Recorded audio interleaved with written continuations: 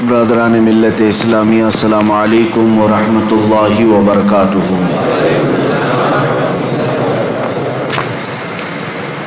الحمد للہ وکفا وسلام علی حبیبہ المصطفیٰ، اما بعد فاعوذ باللہ من الشیطان الرجیم، بسم اللہ الرحمن الرحیم۔ وَأَمَّا مَنْ خَافَ مَقَامَ رَبِّهِ وَنَهَى النَّفْسَ عَنِ الْهَوَى فَإِنَّ الْجَنَّةَ هِيَ الْمَأْوَى۔ صدق اللہ مولانا العظیم۔ بارگاہ رسالت معاب صلی اللہ علیہ وسلم میں درود پاک کا ہدیہ پیش کریں۔ اللہم صلی علی سیدنا و مولانا محمد معدن الجود والکرم وآلہ واصحابہ الکرام وابنہ الکریم وبارک وسلم صلاۃ دائمۃ سرمدا ابدا۔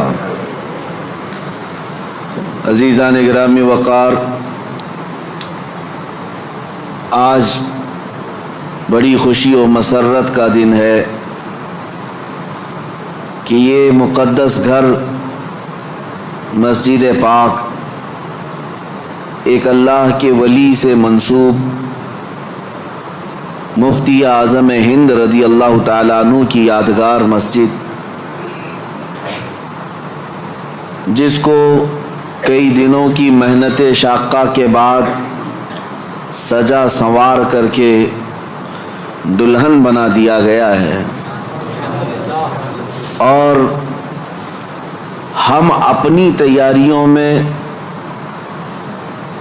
اور اپنے گھروں میں جب کبھی نئی تعمیر کرتے ہیں تو لوگوں کو بلا کر کے دعوت کرتے ہیں، کھانا کھاتے ہیں اور کھلاتے ہیں، اور اللہ کے گھر کو جب سجایا جائے تو حقیقی دعوت یہ ہے کہ ذکر کی غذا کھلا دی جائے۔ اللہ رب العزت کے ذکر سے مسجدوں میں بھر جاتی ہیں اور ان کا حق ادا ہوتا ہے، کیونکہ مساجد ذکر اللہ کے لیے ہی ہیں۔ قرآن میں اللہ فرماتا ہے وَمَنْ أَظْلَمُ مِمَّنْ مَنَعَ مَسَاجِدَ اللَّهِ أَنْ يُذْكَرَ فِيهَا اسْمُهُ۔ اس سے بڑا ظالم آدمی کون ہے جو اللہ کی مسجدوں میں اس کا ذکر کرنے سے روکتا ہے؟ وہ سب سے بڑا ظالم ہے، اللہ کی مسجدوں میں اسی کا ذکر کرنے سے روکتا ہے، یعنی ذکر کے لیے مسجد ہے۔ میں سب سے پہلے مبارکبادی پیش کرتے ہوئے آگے بڑھتا ہوں، آج چونکہ ہماری بڑے دنوں کے بعد یہ روحانی مجلس قائم ہے، آج ہمارے دلوں کے سکون اور قرار کا وقت ہے، ہماری آنکھوں کی ٹھنڈک وہ ذکر کی مجلس ہے، اور ہماری روح کی غذا وہ ذکر کی مجلس ہے۔ میں دیکھ رہا ہوں مجلس میں آج اکثر و بیشتر وہی چہرے نظر آ رہے ہیں جو مدینہ جامع مسجد میں ذکر کی مجلس میں ہوا کرتے تھے۔ وہ اس لیے موجود ہیں کہ بھوکے کو جب غذا مل جائے وہ اس علاقے میں پہنچ ہی جاتا ہے، اور ذکر کی عادت کھانے سے بھی زیادہ عزیز ہوا کرتی ہے۔ جو لوگ ان مجلسوں کے مسلسل حاضر باش رہے انہیں پتہ ہے کہ ان مجالس سے ہمارے دلوں میں کیسا قرار آتا ہے، کیسا اطمینان اور کیسا سکون ملتا ہے۔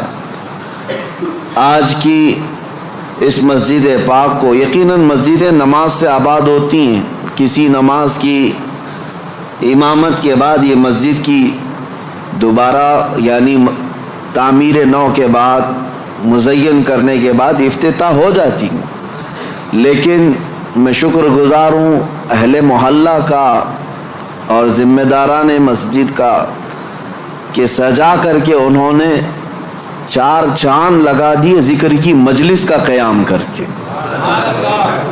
اور اللہ کریم اس مجلس کو سدا قائم رکھے۔ میرے عزیزو، میں نے قرآن عظیم کی ایک آیت تلاوت کی جو ہمارے ذکر کی مجالس میں خاص درس ہوا کرتا تھا، جلسوں میں بیان ہوتا ہے اور بھی دیگر جگہ پر تقریریں ہوتی ہیں، لیکن مجھے اندازہ ہے ذکر کی مجلس میں جو روحانیت ہوتی ہے وہ دلوں کے اندر اترتی ہے، اور ایک ایسا سما ہوتا ہے جس میں ہزاروں لوگ اپنی گزشتہ زندگیوں کی خرابیوں سے توبہ ضرور کر لیتے ہیں۔ قرآن کی ایک آیت میں نے پڑھی، اللہ فرماتا ہے وَأَمَّا مَنْ خَافَ مَقَامَ رَبِّهِ وَنَهَى النَّفْسَ عَنِ الْهَوَىٰ،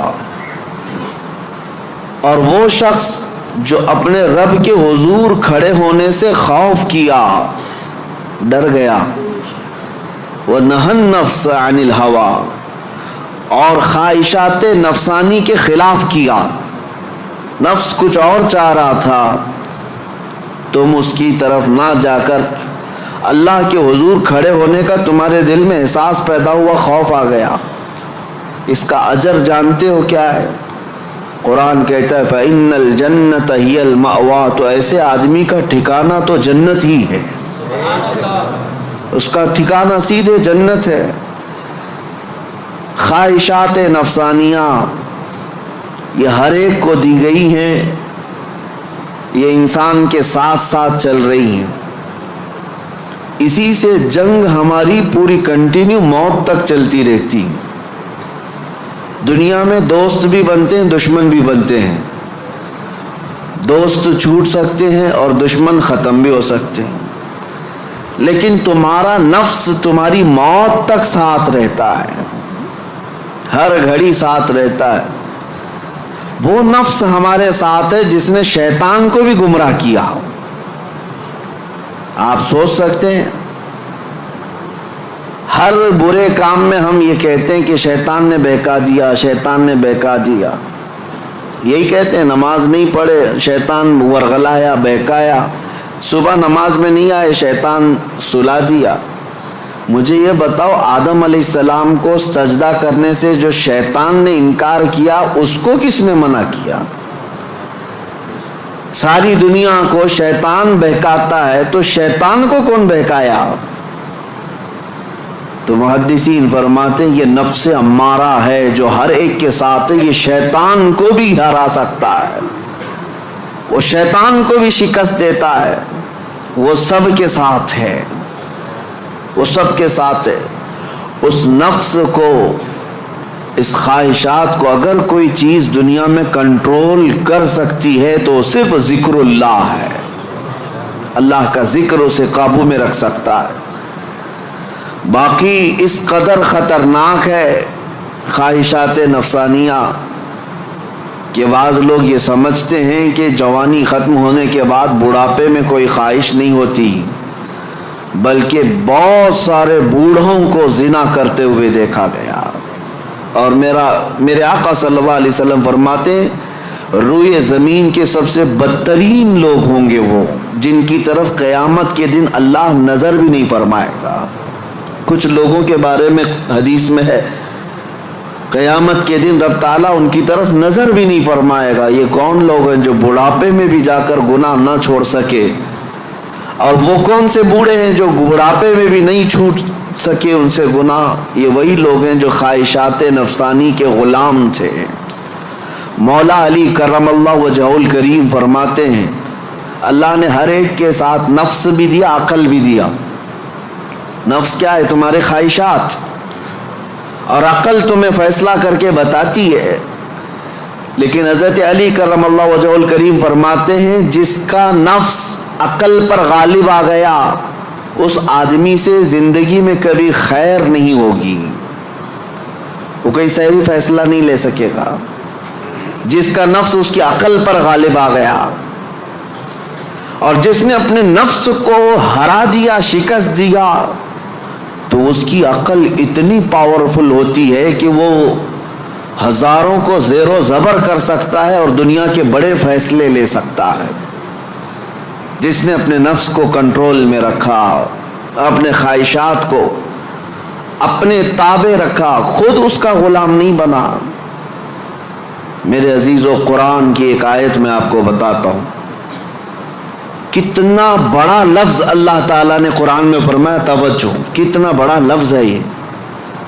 اَرَأَيْتَ مَنِ اتَّخَذَ إِلَٰهَهُ هَوَىٰ، اے محبوب کیا آپ نے نہیں دیکھا کچھ لوگ ایسے ہیں جنہوں نے اپنی خواہشات کو اپنا خدا بنا لیا. معبود، الہ کا مطلب ہے معبود، جس کی عبادت کی جائے اس کو کیا کہتے ہیں؟ معبود. اور قرآن کہتا ہے کچھ لوگ ایسے ہیں جنہوں نے اپنے نفس کو، اپنی خواہشات کو اپنا معبود بنا لیا. یہ قرآن کی آیت ہے، 2 جگہ آئی ہے. اب اتنا بڑا لفظ نفس کے لیے اللہ فرما رہا ہے کہ کئی لوگوں نے اس کو بت بنا لیا، اپنا معبود بنا لیا. کیوں؟ اس لیے کہ یہ وہی کرتے ہیں جو ان کا نفس چاہتا ہے. تو گویا کہ اس کی عبادت کر رہے ہیں، خواہشات کی پیروی کر رہے ہیں. نفس صبح اٹھا گناہ کی طرف کھینچا، آپ چل پڑے، گویا کہ اس کی عبادت میں لگے ہوئے ہیں. کبھی تو اسے شکست دو، کبھی تو اسے ہراؤ. رات کے وقت گناہوں کے اڈوں پر جانے کی جیسی خواہش ہوتی ہے، کیا اپنے آپ کو مارتے ہو؟ میں تمہیں بتاؤں خواہشات تو بہت دور کی بات ہے، گناہوں کی خواہشات بہت دور کی بات ہے. سیدنا ابو بکر شبلی رحمۃ اللہ تعالی علیہ سلسلہ قادریہ کے بڑے مشہور بزرگ ہیں، جن کے نام سے ہم شجرے میں پڑھتے ہیں بہر شبلی شیر حق دنیا کے کتوں سے بچا. وہ حضرت ابو بکر شبلی جب رات کے وقت عبادت کے لیے آتے تھے تو اپنی آنکھوں میں نمک کا سرما لگاتے تھے. کیوں؟ صرف اس لیے کہ نیند اگر آئی تو گویا کہ میں اپنی خواہش کا غلام ہو گیا، اپنے رب کا نہیں. عبادت اس کی ہو رہی ہے اور میں خواہش کے پیچھے چل رہا ہوں. حالانکہ نیند جو ہے یہ فطری چیز ہے، کسی کو کہیں پہ بھی آ جاتی ہے. اولیاء کاملین تو اس سے بھی اپنے آپ کو بچاتے تھے کہ وہ آنکھوں میں نمک پھیر لیتے تھے جس سے آنکھوں میں خون نکل آتا تھا. لوگ کہتے بھی تھے تو کہتے کہ اگر اللہ کی عبادت کے دوران اونگ آتی ہے، جھپکی آتی ہے، تو ان آنکھوں کی سزا یہی ہے کہ انہیں نمک لگا دیا جائے. اور حضرت شاہ مینا رحمۃ اللہ علیہ لکھنؤ میں حرام فرما ہے. حضرت شاہ مینا، ان کا حال تو یہ تھا کہ جب رات کو عبادت کے لیے کھڑے ہوتے تو ایک اونچی دیوار پر وہاں کھڑے ہو کر نماز پڑھتے. ادھر بھی کھائی ہے، ادھر بھی کھائی ہے، کھڑے رہتے. لوگ کہتے کہ نماز پڑھنے کے لیے اتنی جگہ ہے، اس دیوار پر کیوں جا کر نماز پڑھتے ہیں؟ حضرت شاہ مینا فرماتے تاکہ میں ہمیشہ اللہ کی عبادت میں مصروف رہوں. اگر نیند آئی تو میرا جسم دیوار سے نیچے آ سکتا ہے اور اس جسم کو وہی سزا ملنی چاہیے جو اپنے رب سے غافل ہوتا ہو. نفس کے خلاف وہ اولیاء جنگ کرتے رہے، لڑتے رہے. سب سے بڑی خطرناک چیز آج ہمارے ساتھ جو چل رہی وہ ہمارے خواہشات ہیں. اور میرے آقا صلی اللہ علیہ وسلم ارشاد فرماتے ہیں لا یؤمن احدکم حتی یکون ہواہ تبعا لما جئت بہ. تم میں سے اس وقت تک کوئی مومن نہیں ہو سکتا جب تک اپنی خواہشات کو میری مرضی کے حوالے نہیں کرے گا. تم ویسا جب تک نہیں کرو گے جیسا رسول اللہ چاہیں تب تک تم مومن نہیں ہو. تم وہ کرتے ہو جیسا تم چاہتے ہو، تمہاری مرضی، تمہاری خوشی، تمہیں جو اچھا لگا وہ کرنے لگے. یہ مومن کامل کی علامت نہیں. مومن کامل وہ ہے جو اپنی زندگی میں وہ کرے جو رسول پسند کرے، ان کی مرضی کے مطابق. میرے عزیزو، خواہشات یہ لامتناہی سلسلہ ہے، نہ ختم ہونے والا سلسلہ ہے. کسی بھی خواہش کا کوئی اینڈ نہیں ہے. کر کے دیکھ لو، تمہیں اگر دولت کی خواہش پریشان کرتی ہے تو کماؤ کماؤ کماؤ. کہاں تک جاؤ گے؟ کبھی بھی پیٹ نہیں بھر سکتا. نبی پاک صلی اللہ علیہ وسلم ارشاد فرماتے ہیں قبر کی مٹی ہی اس کا پیٹ بھر سکتی ہے. کسی بھی خواہش کا اینڈ نہیں ہے دنیا میں. جو خواہشات ہیں. مال کی خواہش، میں یہ نہیں کہہ رہا کہ کسی کو مال کمانا ہی نہیں چاہیے. ارے میاں زندگی گزارنے کے لیے ہر ایک کو کمانا ہے، ہر ایک کو کمانا ہے. لیکن میں جس چیز کی مذمت کر رہا ہوں، غلام بن کر کے پیچھے بھاگنا. جیسے فارسی میں کہا گیا ہے، خوردن برائے زندگی اس نہ کہ زندگی برائے خوردن. کھانا جو ہے تمہاری زندگی کے لیے ہے، پوری زندگی کھانے کے لیے نہیں ہے. فرق دونوں میں سمجھ رہے آپ؟ مال تمہاری زندگی گزارنے کے لیے ضروری ہے، لیکن پوری زندگی مال کے لیے نہیں ہے. لیکن خواہشات کبھی ختم نہیں ہوتی. شہوت کی خواہشات، نفس جیسے جنسی عمل کے ذریعے سے اپنے جسم کو سکون پہنچانے کی کوشش کرتا ہے، وہ خواہشات بھی کبھی ختم نہیں ہوتی، کبھی ختم نہیں ہوتی. اگر اس نے اپنے اس گھوڑے کو، نفس کے گھوڑے کو آزاد چھوڑ دیا تو وہ کہیں پر بھی اس کی خواہشات جا کر رکتی نہیں. نہ وہ ایک عورت پر صبر کر سکتا ہے، نہ 10 عورتوں پر، نہ 100 عورتوں پر. اگر اس نے اپنے خواہشات کے اس گھوڑے کی لگام نہیں پکڑی تو کہیں اینڈ نہیں ہے اس کا، کہیں اینڈ نہیں ہے. مرنے کے وقت بھی یہ خواہشات اسے گناہ کی طرف لے جا سکتی ہیں. یہ شرمگاہ کی خواہشات اور زبان کی جو خواہشات ہیں، چٹکارا جس کو کہتے ہیں، لذت، اس کا بھی کوئی اینڈ نہیں. میں نے ایک ایسے صاحب کو بھی دیکھا، ان کے بیٹے میرے ساتھی تھے. وہ تو مذاق میں کہتے تھے کہ ان کے باپ ICU میں تھے. جس دن ان کا انتقال ہونا تھا اس دن بھی وہ بریانی منگوا رہے تھے ICU میں. تو یہ تو ایک نارمل سی بات تھی، ہنس کر کے وہ کہہ رہے تھے، لیکن وجہ یہ تھی کہ وہ ایڈکٹ تھے بریانی کے، کھانے کے، گوشت کے. تو ایک لمٹ ہوتی ہے کسی آدمی کی، لیکن اگر اس نے خواہشات کو آزاد چھوڑا تو وہ کہیں پر بھی جا کر نہیں رک سکتا. نہ ICU، نہ آپریشن، نہ کوئی چیز، اسے کوئی چیز نہیں روک سکتی سوائے موت کے. موت آنے تک وہ اپنی خواہشات میں ڈوبا رہے گا، ڈوبا رہے گا. خواہشات ایک سمندر ہے، وہ ختم نہیں ہوتا کبھی. اسی لیے میرے عزیزوں، جتنا کم ہو سکے سمیٹ لو اپنے آپ کو. دنیا تمہیں ہاتھ پاؤں مارنے سے کتنی مل سکتی ہے مجھے بتاؤ. تم زیادہ سے زیادہ کس قدر اپنے آپ کو دنیا میں خوش رکھ سکتے ہو ان خواہشات کو پورا کر کے؟ کبھی نہیں. گناہوں میں یہ تمہیں ایسا برباد کر کے رکھیں گے خواہشات کہ تمہارے جسم مفلوج ہو جائیں گے. ایک دن موت کا وقت آئے گا، سارے درد تمہارے نکل رہے ہوں گے، دنیا سے جا رہے ہوں گے، لیکن ہزاروں داغ چھوڑ کر جا رہے ہوں گے زمین پر، اور اسی زمین میں دفن ہونا ہے. اس لیے اللہ نے قرآن میں فرمایا اپنے رسول سے، اے محبوب کیا آپ نے نہیں دیکھا کچھ لوگ وہ ہیں جو اپنے خواہشات کو اپنا معبود بنا لیا ہے، اپنا خدا بنا لیا ہے، اس کی پیروی کرتے ہیں. اب کرنا کیا چاہیے؟ ان خواہشات کا قتل جتنا ہو سکے اس کے خلاف جانا ہوگا. ظاہر سی بات ہے، یہ رات کے وقت ذکر کی طبیعت کس کی چاہتی ہے؟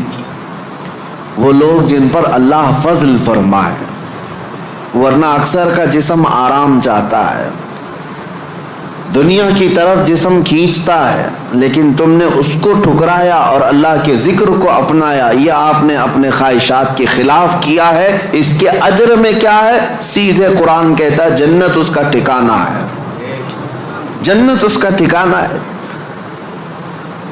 حضور پاک صلی اللہ تعالی علیہ وسلم فرماتے، جانتے ہو اپنے صحابہ سے اللہ کو سب سے زیادہ پسندیدہ چیزیں کیا ہیں؟ اللہ سب سے زیادہ کیا چیز پسند کرتا ہے بندوں میں؟ اس میں حدیث پاک میں ہے، ننگوں کو کپڑا پہنانا، بھوکوں کو کھانا کھلانا، یہ اللہ کو بہت پسند ہے. لیکن ایک اور چیز ہے، رب تعالیٰ فرماتا ہے جب دنیا سو رہی ہو اور تم کھڑے ہو جاؤ اللہ کی بارگاہ میں، یہ اس کو اتنا پسند ہے رب تبارک و تعالیٰ کو، سارے عمل میں ساری اداؤں میں اسے پسند ہے کہ وہ خالص بندہ رب کے لیے کھڑا ہوا ہے، ساری خواہشات کو چھوڑ کر کے، خواہشات کو چھوڑ کر۔ اب آؤ، جن لوگوں نے خواہشات کی پیروی کی ان کی ایک چھوٹی چند مثالیں میں آپ کے سامنے رکھتا ہوں۔ ایسی ہلاکت کہ سب کچھ ختم ہو جاتا ہے۔ میرے عزیزو، سلطان الاولیاء سیدنا غوث اعظم جیلانی بغدادی رضی اللہ تعالیٰ عنہ ارشاد فرماتے ہیں، جس شخص کو اپنی خواہشات پر قابو نہیں، اس کا نفس اسے کفر تک لے جا سکتا ہے، اس کا نفس اسے شرک تک لے جا سکتا ہے اور اسے کافر بنا کر دنیا سے لے جائے گا۔ ایسے حالات بھی ہم نے دیکھے، خواہشات نے انسان کو کافر بھی بنا دیا، کبھی مال کی خواہش، کبھی عورت کی خواہش، کبھی کسی اور چیز کی خواہش۔ اللہ اکبر، وہ صحابہ کیسے تھے جنہوں نے اپنی ساری خواہشات کو میرے مصطفیٰ کی مرضی پر قربان کر دیا تھا، ہر چیز کو قربان کیا تھا، ہر چیز کو قربان کیا۔ آؤ میں تمہیں وہ بات بتا دوں جو سیدنا ابراہیم علیہ الصلوۃ والتسلیم کے متعلق قرآن میں آیا ہے۔ وَإِذْ قَالَ إِبْرَاهِيمُ رَبِّ أَرِنِي كَيْفَ تُحْيِي الْمَوْتَى قَالَ أَوَلَمْ تُؤْمِنْ قَالَ بَلَى وَلَكِنْ لِيَطْمَئِنَّ قَلْبِي قَالَ فَخُذْ أَرْبَعَةً مِنَ الطَّيْرِ فَاصْرُهُنَّ إِلَيْكَ ثُمَّ اجْعَلْ عَلَى كُلِّ جَبَلٍ مِّنْهُنَّ جُزْءًا ثُمَّ ادْعُهُنَّ يَأْتِينَكَ سَعْيًا۔ قرآن کہتا ہے ابراہیم علیہ السلام نے ایک بار اللہ کی بارگاہ میں ذکر کیا کہ مولا تو مرے ہوئے لوگوں کو دوبارہ کیسے زندہ کرتا ہے؟ اللہ نے پوچھا کیا ابراہیم تمہیں اس بات پر یقین نہیں ہے؟ عرض کیا مولا یقین ہے لیکن آنکھوں سے دیکھنا چاہتا ہوں، تو مردے زندہ کیسے کرتا ہے؟ رب تعالیٰ نے فرمایا 4 پرندے لے لو، ان کو ذبح کرو، ان کا گوشت پورا قیمہ بنا کر مکس کر لو، اور 4 پہاڑوں پر تھوڑا تھوڑا سب کا گوشت رکھ کر کے آؤ، اور پھر ان پرندوں کے نام لے کر پکارو، وہ اڑتے ہوئے آئیں گے۔ حضرت ابراہیم علیہ السلام نے 4 پرندے لیے، ایک کوا، ایک مرغا، ایک کبوتر اور ایک مور۔ ان 4 پرندوں کا ذکر ہے، کوا، کبوتر، مرغا، مور۔ یہ 4 پرندے ذبح کیے، سب کا گوشت مکس کیا اور 4 پہاڑوں پر رکھ کر آئے اپنی جگہ پر۔ ان کی سب کی منڈیاں ان کے پاس تھیں، سر ان کے پاس تھے۔ پکارا انہوں پرندوں کا نام لے کر، ہوا میں وہ خیمہ اڑتا گیا، اپنے اپنے جسم سے ملتا گیا اور آ کر اپنے اپنے سر سے جڑ کر پورا پرندہ بنا۔ قرآن پاک میں یہ ہے واقعہ۔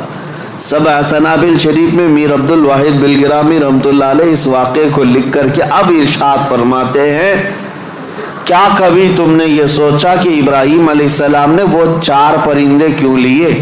کون سے؟ کوا، کبوتر، مرغا، مور۔ یہی 4 پرندے کیوں لیے؟ انہی کو ذبح کیوں کیا؟ اور رب تعالیٰ کی قدرت کا مشاہدہ کرنا تھا، مری ہوئی چیز کو زندہ دیکھنا، آنکھوں سے مشاہدہ کرنا، یہ معمولی چیز تو نہیں ہے۔ اللہ کی قدرت کو دیکھنا ہے اپنی آنکھوں سے۔ یہ دیکھنے کے لیے کیا کیا ابراہیم علیہ السلام نے؟ 4 چیزوں کو ذبح کیا، اور وہ 4 خاص پرندے ہیں۔ تو حضرت عبد الواحد بلگرامی فرماتے ہیں 4 پرندوں کی 4 خصوصیت ہے، 4 پرندوں کی 4 خصوصیت۔ کوا، اس کی خصوصیت لالچ ہے، کوا لالچی بہت ہے، اس کا پیٹ کبھی بھرتا نہیں، کبھی پیٹ نہیں بھرتا، اس کے اندر لالچ زیادہ ہے۔ اور مرغا، مرغے کے اندر شہوت زیادہ ہے، مادہ کے لیے، اپنی عورتوں کے لیے شہوت بہت زیادہ ہے مرغے کے اندر۔ اور تیسرا کبوتر، کبوتر کے اندر دوستی کرنے کی عادت بہت ہے۔ سارے پرندوں میں جلدی دوستی یہی کرتا ہے، جلدی مانوس ہوتا ہے، فرینڈ بنانا یہ کبوتر کی عادت ہے۔ چوتھا مور کو اپنی خوبصورتی دکھانے کی خواہش بہت زیادہ ہے، نمائش دکھاوے کی عادت اس کو بہت زیادہ ہے۔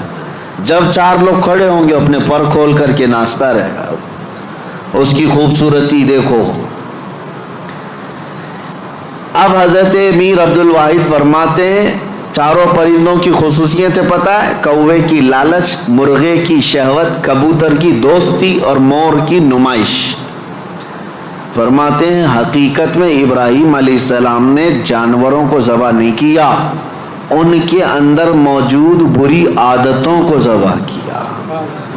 ابراہیم علیہ السلام نے کوے کو نہیں لالچ کو ذبح کیا، مرغے کو نہیں شہوت کو ذبح کیا، کبوتر کو نہیں بلکہ ایرے غیرے کی دوستی کو ذبح کیا، مور کو نہیں دکھاوے کو ذبح کیا۔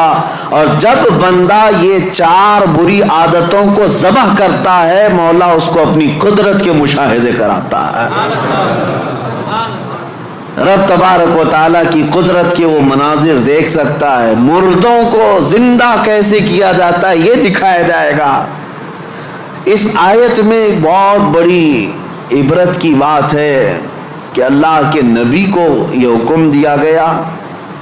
اس طرح میرے عزیزو اگر ہمارے اندر موجود یہ خواہشات، یہ سب کا تعلق خواہشات سے، لالچ، شہوت، دوستی اور ریاکاری، سب کا تعلق نفس سے ہے، یہ سب کا تعلق نفس سے۔ لالچ کو ختم کر لو، شہوت کو ختم کر لو، کنٹرول میں رکھو۔ اور دوستی کے لیے بہت سارے لوگوں کو برا لگ رہا ہوگا، کیا دوست نہیں بنانا چاہیے؟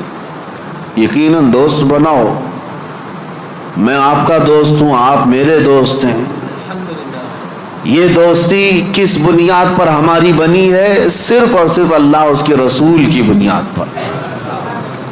جو دوستی اس بنیاد پر بنی ہو وہ دوستی جنت تک لے جائے گی، اور جو دوستی صرف حرام کاریوں کی بنیاد پر بنی ہے قیامت کے دن کچھ لوگ تو بیچارے یوں ہی جا رہے ہوں گے دوزخ میں، وہ کچھ کیے نہیں تھے، وہ یوں ہی جا رہے تھے۔ کیوں؟ قرآن کہتا ہے وہ چلا رہے ہوں گے یا ویلتا لیتنی لم اتخذ فلانا خلیلا، اے کاش میں فلاں کو دوست نہیں بنایا ہوتا تو اچھا ہوتا، اس نے گناہ کیا، پکڑ میری بھی ہو رہی ہے، پولیس چھاپا مارتی ہے، اور جو گناہوں میں ملوث ہے یا غیر قانونی کاموں میں ملوث ہے اس کو تو دھر دبوچتی تو ہے ہی ہے، لیکن پھر کنیکشن دیکھتی ہے کس کے ساتھ، یہ کس کے کانٹیکٹ میں تھا، پھر ٹریک کیا جاتا ہے، کہاں ٹریک کر کے اٹھاتے رہتے ہیں۔ ابھی ہمارے علاقے میں 6 مہینے پہلے کچھ وائلیشن ہوا تھا جس میں پکڑتے 150 تک کو لے کے گئے، صرف اس لیے کہ مین آروپی جو کام کیا تھا اس کو انہوں نے موبائل میں ادھر ادھر فارورڈ کیا تھا، یا صرف دیکھ کر کے اپنے پاس محفوظ کیا تھا۔ گناہ میں برابر کے شریک دنیا میں سمجھے جا رہے ہیں۔ تو دوستی میرے عزیزو یہ خواہشات پر اگر ہے تو یہ جہنم میں لے جانے والی ہے، اور ریاکاری یہ بھی بہت خطرناک چیز ہے۔ جس نے ریا کیا، دکھاوے کے لیے کوئی بھی کام کیا، قیامت کے دن سب اس کے منہ پر مار دیا جائے گا۔ اب آؤ خلاصہ میں آپ کو بتاؤں، خواہشات کو اگر کنٹرول پر نہ رکھا گیا تو سنو 2 روایتیں میں آپ کو بتاتا ہوں۔ اگر انسان اپنے خواہشات کو کنٹرول میں نہ کیا تو وہ جانور سے زیادہ ذلیل ہوتا ہے۔ یہاں تک کہ بزرگوں نے لکھا ہے کہ وہ اپنی ماں سے زنا کر سکتا ہے اور بیٹی سے بھی زنا کر سکتا ہے اگر اس نے خواہشات کو اپنے قابو میں نہیں رکھا۔ وہ سب کچھ کر سکتا ہے، اور ہوا ہے دنیا میں اور ہو بھی رہا ہے۔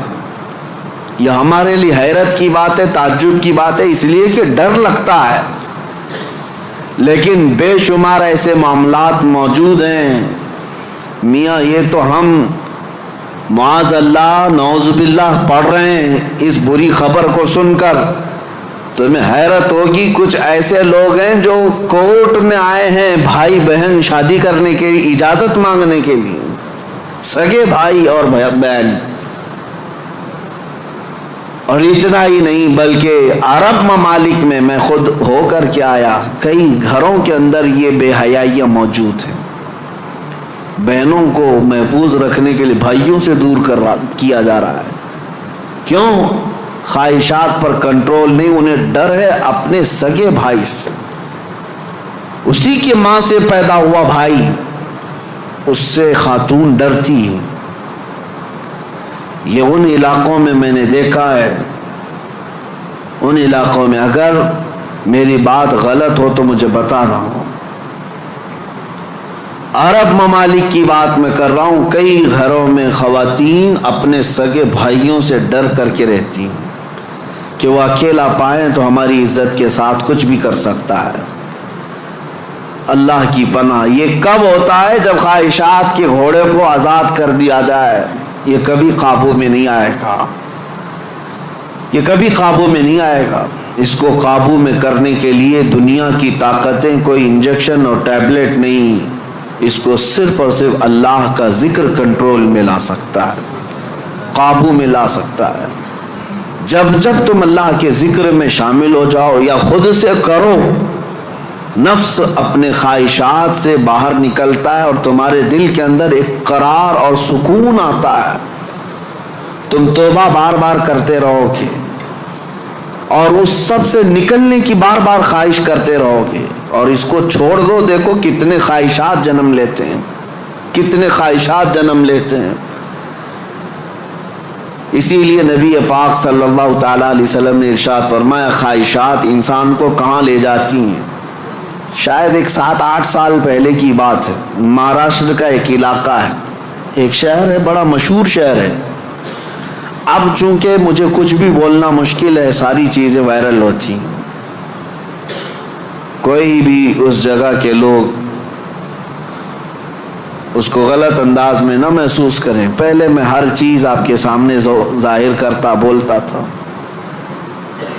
ایک شہر ہے، میں نے باضابطہ وہاں کی رپورٹ دیکھی تھی، آج بھی میرے ذہن میں وہ گونجتی ہے۔ 4 عورتیں، مسلمان عورتیں تھیں، قبرستان میں رات کے وقت جایا کرتی تھی۔ یہ بات تو لوگوں کو معلوم ہونے لگی، بعد میں کچھ لوگوں نے ان کا پیچھا کیا کہ آخر یہ کیوں جا رہی ہیں۔ تو ایک دن کچھ لوگوں نے جا کر کے دیکھا تو قبر کو کھود کر کے اس کے اندر اترتی ہیں اور پورے کپڑے اتارتی ہیں، ننگی ہو کر اپنا پخانہ ایک دوسرے کا کھاتی ہیں۔ نعوذ باللہ من ذالک۔ یہ کتنا گھناؤنا عمل ہے، بولنے میں 1000 بار شرم آئے۔ کیوں؟ یہ پکڑا گیا اور پوچھا گیا آخر کوئی جانور بھی تو نہیں کرتا ایسا؟ تو پکڑ کر کے تفتیش کرنے کے بعد پتہ چلا کہ ان کی خواہش تھی کہ وہ سفلی عمل پر قبضہ حاصل کر لے، سفلی عمل پر، جادو پر کنٹرول حاصل کرنے کے لیے وہ چاہتی ہیں کہ یہ عمل کیا جائے۔ ان کو کسی بابا نے بتایا جتنا یہ گندا عمل کرو گے اتنا تم پاورفل جادوگر بن سکتے ہو۔ یہ خواہشات ہیں، یہ خواہشات ہیں۔ تم صرف اور صرف لوگوں میں اپنا تھوڑا سا رتبہ بڑھانے کے لیے سحر، سفلی اور جادو کے طریقے کو اپنانے کی کوشش کرتے رہے، اور وہ حاصل کرنے کے لیے کتنا گرے۔ اور ممبئی شہر کا ایک محلہ ہے، یہاں پر بھی یہ خبر میرے پاس جو آئی اس کے افراد آج بھی موجود ہیں۔ یہ خواہشات ہیں۔ ایک بابا کو سفلی عمل کے اندر مہارت حاصل کرنے کے لیے روزانہ بستر پر خنزیر کو ساتھ سلانا پڑتا ہے۔ یہ اس سے بڑا عذاب کیا ہے جو دنیا میں تو خود جھیل رہا ہے۔ لیکن میں اس کا دوسرا رخ یہ بتاتا ہوں کہ اگر خواہشات پر کنٹرول نہیں تو انسان جانور سے زیادہ ذلیل ہوتا ہے، بہت گرتا ہے۔ ایسے بھیانک کام اس سے صادر ہوتے ہیں جو ہمارے وہم و گمان میں بھی نہیں آتے، سوچ میں بھی نہیں آتے۔ یہ نفس کا گھوڑا بہت تیز دوڑتا ہے، بہت تیز دوڑتا ہے۔ اس کو عقل پر غالب آنے نہ دینا، کبھی ان خواہشات کو اپنے دل پر یا اپنی عقل پر غالب آنے ہرگز نہ دینا، ورنہ اتنے بھیانک کام یہ کروا جاتا ہے۔ اللہ اکبر، اللہ اکبر۔ مدینہ طیبہ کے متعلق امام غزالی رحمۃ اللہ علیہ نے لکھا ہے کہ ایک شخص ایسا تھا جو لوگوں کے دفن ہونے کے بعد قبر کھود کر کے ان کے کفن چراتا تھا اور پھر اس کو بازار میں بیچتا تھا۔ لیکن ایک بار اس نے ایک خاتون کے قبر کو کھودا اور کفن چرایا، اس کی نیت خراب ہوئی، مردے کے ساتھ اس نے بدکاری کیا، نعوذ باللہ من ذالک۔ میں یہ باتیں کیوں کہہ رہا ہوں؟ یہ گناہ ضرور ہیں، بولنے میں مجھے بھی جھجک تو آ رہی ہے۔ دیکھیں جھریاں آ رہی ہیں جسم کے اندر، رونگٹے کھڑے ہو رہے ہیں، لیکن صرف اس لیے بتا رہا ہوں کہ ہم ایک مردے کو دیکھ کر کے سسک جاتے ہیں، سہم جاتے ہیں کہ کسی کی موت پر انسان کا جسم بے قابو رہتا ہے، غمگین رہتا ہے۔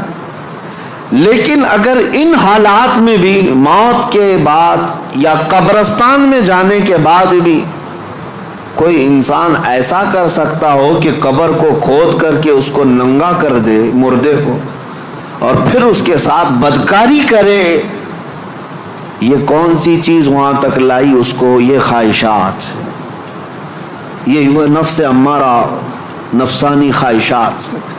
اسی لیے مولا علی کرم اللہ وجہہ الکریم نے فرمایا جس کی خواہشات، جس کا نفس اس کی عقل پر غالب آ گیا، زندگی بھر اس سے کوئی خیر ثابت صادر نہیں ہوگا، کوئی اچھا کام اس سے نہیں نکل پائے گا۔ اپنی عقل پر ان خواہشات کو غالب آنے ہرگز مت دینا۔ ہم نے دیکھا ہے یہ تمام معاملات تجربے کے طور پر۔ میں آج آپ کے سامنے یہ ذکر کر رہا ہوں کیونکہ آج علاج کا دن ہے، آج علاج کا دن ہے۔ ہمارے جو زخم لگے ہوئے ہیں، ایک بار رحمان کو پکارو، وہ سب زخم بھر جائیں گے۔ آج کی یہ مجلس علاج کی مجلس ہے کہ تم اللہ رب العزت کو آج پکارو گے، تمہارے زخم بھر جائیں گے۔ اور اسی لیے میں بارہا کہتا بھی ہوں، ذکر کی مجالس میں شرکت کرو، یہ اتنا تمہیں پاورفل بنا دیں گے، اتنا پاورفل کہ گناہوں سے خود بخود تمہیں نفرت پیدا ہو جائے، خواہشات پر کنٹرول تمہارا خود کا حاصل ہو جائے۔ ورنہ میں چیلنج کے ساتھ کہتا ہوں، جاؤ دنیا میں گھوم پھر کر کے آنا، بڑے سے بڑے ڈاکٹر کے پاس وزٹ کر کے آؤ، بڑے سے بڑے حکیم کے پاس جا کر کے آؤ، کسی بڑے سائیکسٹرسٹ کے پاس جا کر کے آؤ، نفس کے متعلق اس سے کوئی علاج لے کر کے آؤ کہ میرا کنٹرول نہیں ہے۔ آپ مجھے کوئی گولی دے دو، کوئی معجون دے دو، کوئی انجیکشن دے دو، ہو سکتا ہے تمہیں نیند کی گولی تو دے دے، ہو سکتا ہے تمہیں وہ مکمل ختم کرنے کی دوا تو دے دے، لیکن تمہارے کنٹرول، خواہشات کو کنٹرول کرنے کی کوئی دوا یہ نہیں دے سکتے۔ اس کا کنٹرولنگ پاور جس نے پیدا کیا وہی دے سکتا ہے۔ اسی لیے میں آپ کو بتاؤں، اب تم اپنے نفس کے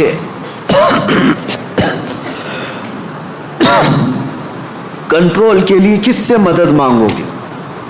کس سے مدد مانگو گے؟ سنو توجہ سے، اعوذ باللہ من الشیطان الرجیم پڑھتے ہیں آپ، اعوذ باللہ من الشیطان الرجیم، جس کا مطلب کیا ہے؟ میں اللہ کی پناہ مانگتا ہوں شیطان مردود سے، کہ اللہ مجھے بچا لے، کس سے؟ شیطان مردود سے مجھے بچا لے۔ یا آپ کس سے پناہ مانگ رہے؟ کس کی بارگاہ میں پناہ مانگ رہے؟ اللہ کی بارگاہ میں۔ کہ مولا تو مجھے پناہ دے دے۔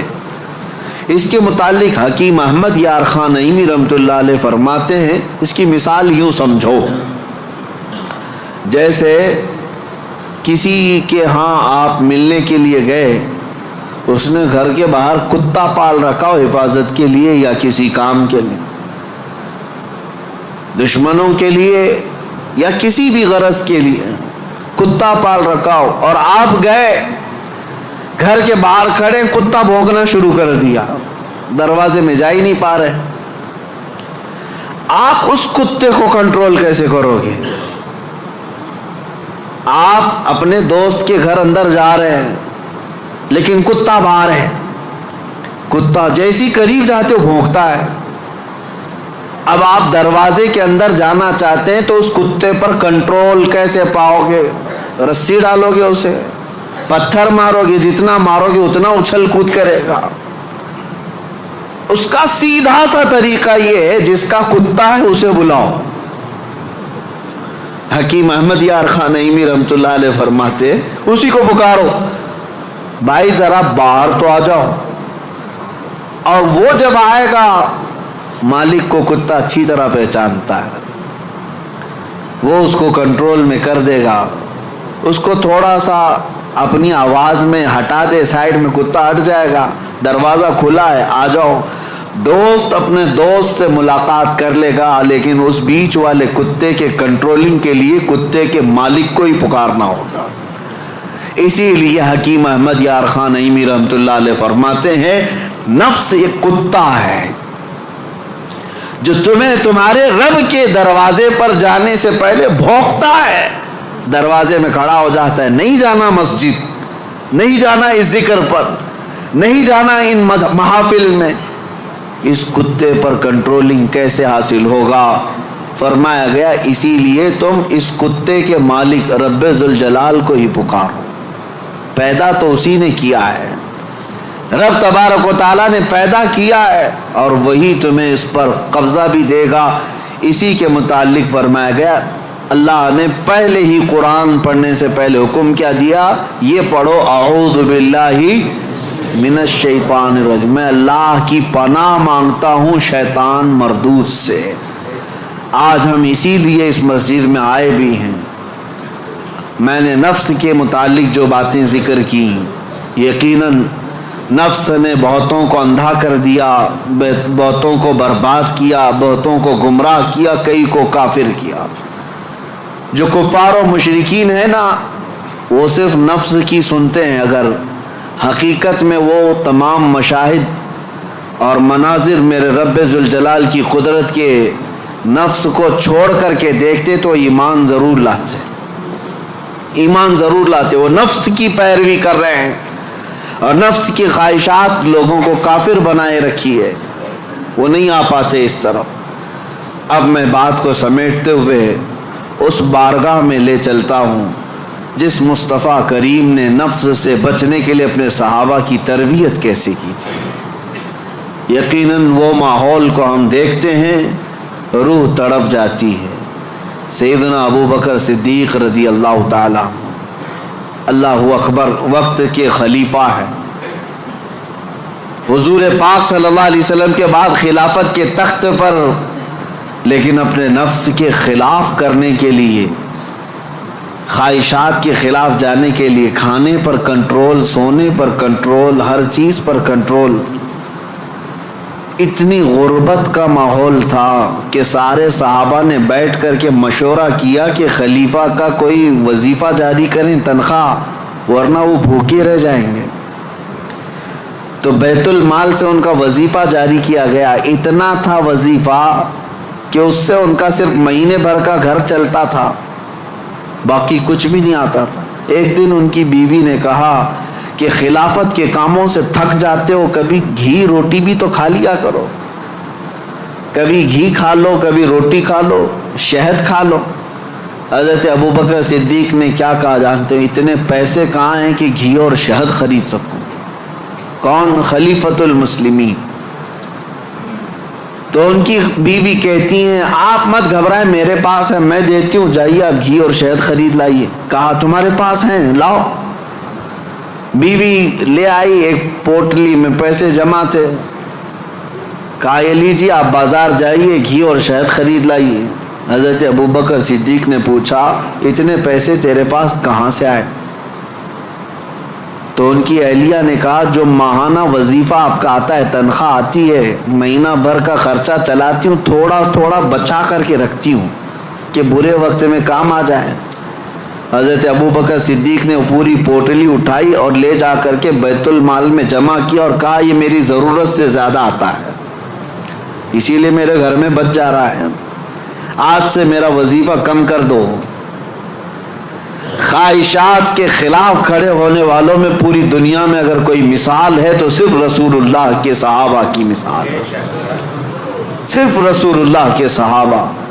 ایک حضرت نعمان بن مقرن ہے، ایک بادشاہ کے دربار میں گئے، حضور کی طرف سے سفیر بن کر کے گئے تھے، قاصد۔ تو بادشاہ کو جب پتہ چلا شاہ عرب مصطفیٰ کریم صلی اللہ علیہ وسلم کا ایک قاصد آ رہا ہے، اس نے سونے کی کرسی لگا دی اور ریشم کا قالین بچھایا۔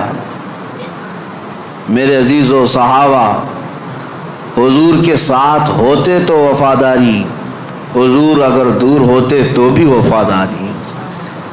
اس مجمع میں گئے جہاں پورے کے پورے اغیار ہیں، کوئی مسلمان نہیں تھا، تو اپنی تلوار سے وہ قالین پھاڑتے ہوئے چلے گئے، ہٹا دیا، اور کرسی جو سونے کی تھی اس کو پاؤں سے مار کر گرا دیا، کہا میرے لیے عام سی کرسی لاؤ۔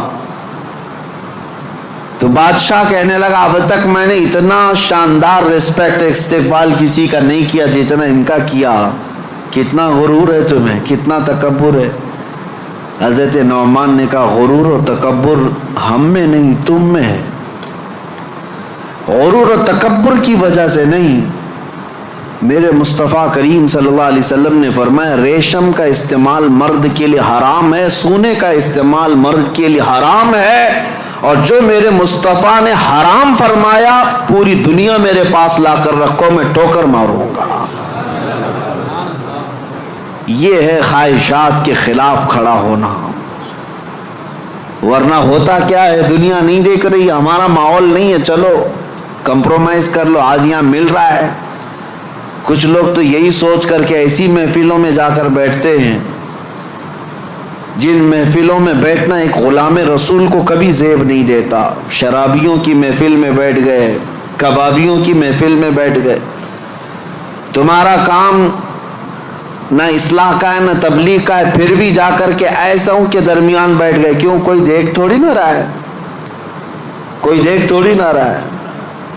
اور کبھی کن کفار و مشرکین کے بیچوں بیچ بیٹھ گئے گپیں لگاتے ہوئے، اور پھر یہ سوچتے کوئی دیکھ تھوڑی نہ رہا ہے، بیٹھا تو بیٹھا لیکن ان کی حرکتیں بھی کرنے لگ گئے۔ ایک صاحب، اور ویسے تو بہت سارے ہیں، خواہشات ان کو کہاں تک لے جاتی ہے، خاص طور پر نیتا گیری کرنے کے وقت سب بھول جاتے ہیں دین کیا ہے، اسلام کیا ہے، میرے مصطفیٰ کی تعلیمات کیا ہے۔ چند لوگوں کو راضی کرنے کے لیے اور ایک کرسی کی خواہش کے لیے کسی بھی مورتی کے سامنے ناریل بھی چڑھا دیں گے، کوکم بھی لگا دیں گے، سب کر لیں گے، اور پھر وہ یہ سوچتے ہیں تھوڑا سا کر لینے سے کیا ہوگا۔ وہ رسول اللہ کے صحابہ بادشاہوں کے دربار میں کھڑے ہو کر کے بھی کمپرومائز نہیں کرتے تھے، تو محلے گلی کوچے کی کرسیوں کے لیے دین بیچ جاتے ہیں۔ یہ خواہشات پر کنٹرول نہ ہو تو آدمی ہر چیز کا غلام ہے، ہر چیز کا غلام ہے، نیند کا غلام، مال کا غلام، عورت کا غلام، معاشرے کا غلام۔ یہ ساری حرکتیں جو آج نوجوان کرتے ہیں غلام ہیں، یہ غلام ہے۔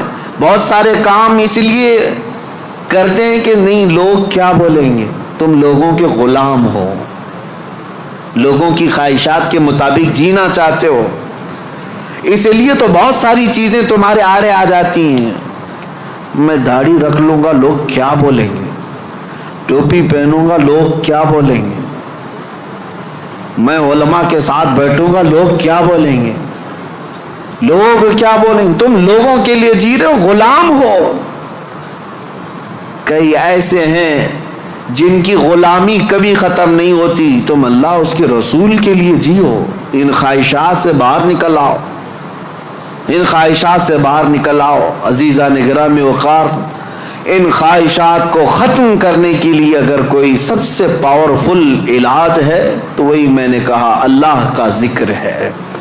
اللہ کا ذکر، قرآن کہتا الا بذکر اللہ تطمئن القلوب، آگاہ ہو جاؤ اللہ کے ذکر سے دلوں کو سکون ملتا ہے۔ یہ میرا رب قرآن میں فرماتا ہے، اللہ کے ذکر سے دلوں کو سکون ملتا ہے۔ عزیزان گرامی وقار، زیادہ دنوں تک اپنے دل کو آوارہ مت رکھو، اپنے جسم کو آوارہ مت رکھو، مسجدوں میں آ جایا کرو۔ جمعہ میں بھی اس وقت تم پہنچتے ہو جب رکعت باندھ رہے ہوتے امام، تھوڑی دیر پہلے آ جایا کرو مسجدوں میں، خطبہ عربی میں سنتے ہیں تو دل پر وہ بات لگتی جاتی ہے، اگرچہ تمہیں سمجھ میں نہیں آتی لیکن میل دھلتا جاتا ہے۔ جمعہ میں بھی تاخیر سے آتے ہو اور پھر سلام پھیرنے کے بعد بھاگ جاتے ہو، تھوڑی دیر کھڑے ہو جاؤ، میرے مصطفیٰ کی بارگاہ میں سلام تو پیش کر لو۔ جب کھڑے ہو جاؤ گے سلام کے لیے، یقیناً رسول اللہ تمہیں تمہارے باپ کے نام سے پہچانتے ہیں، تمہاری طرف سے سلام آ رہا ہے تو کیا میرے مصطفیٰ جواب نہیں دیں گے؟ ادھر سے اگر جواب آیا تمہارے سلام کا تو یقیناً تمہارے دل کی صفائی ہے اس میں۔ ان محفلوں سے کب تک تم بھاگتے رہو گے؟ مسجدوں میں کبھی وقت سے پہلے آ جاؤ۔ حضور پاک صلی اللہ علیہ وسلم نے ایک چیز بیان فرمائی، وہ میں آپ کے سامنے رکھتا ہوں۔ منافق اور مومن کی پہچاننے کا طریقہ کیا ہے؟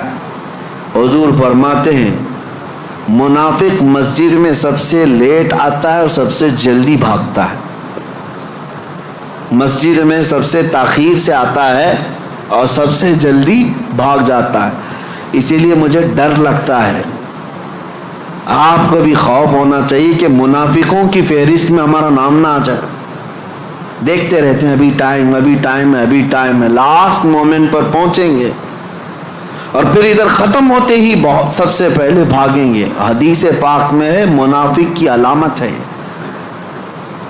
اور پھر دوسری علامت منافق کی کیا ہے؟ حضور فرماتے ہیں بازار میں بہت جلدی جاتا ہے اور بہت دیر کے بعد بازار سے نکلتا ہے، کافی دیر تک شاپنگ مال میں وقت گزارے گا، اس کا دل لگتا ہے وہاں پر، مارکیٹ میں شاپنگ مال میں گھومتا رہے گا، بہت جلدی مارکیٹ میں جائے گا اور بہت دیر سے نکلے گا۔ میرے عزیزو، یہ منافق کی پہچان اور دل کالا ہونے کی علامت، اور مومن کی پہچان میرے آقا فرماتے ہیں مسجد میں جلدی آتا ہے اور دیر سے جاتا ہے، بازار میں صرف اپنے کام کے حد تک جاتا ہے اور فوراً وہاں سے بھاگ جاتا ہے، مومن کی پہچان ہے۔ اس لیے میری یہ نصیحت ہے نوجوانوں کو کہ ذکر کی مجلس قائم کرو، زیادہ دیر تک اپنے دل کو آزاد مت چھوڑو، زیادہ دیر تک دل کو آزاد مت چھوڑو، ورنہ یہ خواہشات تمہیں بہت دور تک لے جائیں گے، دل بوجھل ہو جائے گا، دل سخت ہو جائے گا، دل کالا ہو جائے گا۔ دیکھنا زمانہ ہو گیا آنکھیں روتی نہیں آج اللہ کی یاد میں، رب تبارک و تعالیٰ کی یاد میں روتے ہو کبھی؟ دل سخت ہو گیا ہے۔ حضور پاک صلی اللہ علیہ وسلم کی جدائی اور ان کی دوری کبھی تمہیں رلاتی ہے؟ موت آنے والی ہے، کیا وہ قبر کی سختیاں اور اس کی تنہائیاں تمہیں کبھی رلاتی ہیں؟ سوچ کے روتے ہو کہ کیا ہوگا میری قبر میں جب مجھے ٹائٹ باندھ کر کے لوگ چھوڑ کر چلے جائیں گے؟ کیا ہوگا میرے ساتھ جب اوپر نظریں اٹھاؤں گا تو تختیاں بند نظر آئیں گی، گھٹن محسوس ہوگی قبر میں، کیا ہوگا؟ اس یاد سے کبھی آنکھیں روتی ہیں؟ یہ کیوں نہیں رو رہی؟ بہت دن تک تم نے دل کو آزاد چھوڑ دیا، بہت دنوں تک خواہشات کے پیچھے چلتے رہے، گھنٹوں تم موبائل میں بیٹھے رہے، گھنٹوں تم ٹیلی ویژن کے سامنے بیٹھے رہے، گھنٹوں تم میچ میں میدان میں گھومتے رہے، گھنٹوں شاپنگ بھی کرتے رہے، گھنٹوں لوگوں کے ساتھ گپیں بھی لگاتے رہے، لیکن اپنے رب کے حضور نہ کبھی بات کرنے کی فرصت ملی، نہ اس سے دعا کرنے کی فرصت ملی۔ تمہیں پتہ ہے دنیا والے مانگنے سے ناراض ہوتے ہیں، اور حدیث پاک میں ہے اگر بندہ مسجد میں آیا اور اللہ کی بارگاہ میں دعا نہ کر کے گیا، اللہ اس سے ناراض ہوتا ہے کہ مجھ سے مانگتا تک نہیں اب یہ بندہ، تمہارا مانگنا اسے پسند ہے پھر بھی تم مسجد میں نہیں ہو۔ یہ خواہشات ہیں جو تمہیں یہاں سے بھگا کر لے جاتی ہیں، تم گھنٹوں دنیا کے لیے گزار لیتے ہو۔ میرے عزیزوں بدل لو اس ذکر کی مجلس میں اللہ کی بارگاہ میں یہ دعا گو بھی ہوں کہ آج شاید اس سے قبل بھی یہاں پر ایک بار ذکر کی مجلس ہم سجائے تھے، بہت پہلے میں یہاں آیا تو ہوں، بیان ہوا ہے، ذکر کا مجھے یاد نہیں، اگر نہیں ہوئی تھی تو شاید یہ پہلی مجلس ہے، اور اللہ اس کو ہمیشہ قائم فرمائے۔ میں رہوں یا نہ رہوں، ذمہ داروں سے گزارش ہے کہ اس مجلس ذکر کو اس نیت سے قائم رکھو کہ ہزاروں دلوں کے سکون کا ذریعہ ہے، ہزاروں دلوں کے سکون کا ذریعہ ہے۔ میرے عزیزوں بڑے بڑے کروڑ پتی لوگ آج آشرم جاتے ہیں، 2 دن 3 دن کی چھٹیاں لے کر اپنے پنڈتوں کے چپلوں میں بیٹھتے ہیں، وہ یہ چاہتے ہیں کہ دنیا کی ہمہ ہمی سے نکل کر کے کسی آشرم میں بیٹھے۔ ان کے دلوں کا قرار اور سکون کہاں ہے؟ کفر میں اور شرک میں۔ لیکن ایک حالت یہ ہے کہ تمہیں روز اللہ کریم سکون کے لیے یہاں بلاتا ہے، تم آتے نہیں، تو کم از کم اتنا تو کرو، ہفتے میں 1 مرتبہ اس طرح کی مجلسوں میں شریک ہو جائے۔ دنیا کو ایک طرف رکھیں گے، مصروفیات روز ہیں، کام کاج روز ہیں، رشتہ داروں سے ملنا روز ہے، میٹنگیں چلتی رہیں گی، کبھی ختم نہیں ہوتی، لیکن کبھی تو ایک دن سٹاپ کر کے یہ سوچیں کہ آج میرے رب سے ملاقات کی رات ہے، آج کا یہ ٹائم صرف اور صرف میرے رحمان خدا سے بات کرنے کا وقت ہے۔ اس لیے تو ان مجلسوں میں آ جایا کرو۔ ایک وقت آئے گا کہ جب تمہاری آنکھوں میں نور اور دل میں سرور ضرور داخل ہوگا، اس طرف آپ توجہ ضرور دیں، ورنہ آزاد چھوڑے رہیں گے تو یہ آزاد گھوڑا ہر میدان میں دوڑائے گا، نفس کا گھوڑا ہر میدان میں دوڑائے گا۔ اس کو اتنا آزاد نہ رکھو، اس کو لگام دو، اور اس کے لگام کی رسی میرے مصطفیٰ کے قدموں میں ڈال کر رکھو کہ نفس کو اب جہاں جانا ہے۔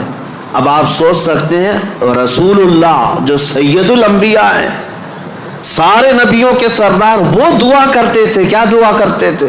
اللہم لا تکلنی الی نفسی طرفۃ عین، اے اللہ میرے نفس کو میرے حوالے 1 منٹ کے لیے بھی مت دینا، تو اپنی حفاظت میں رکھ۔ رسول اللہ کا کون سا نفس تھا؟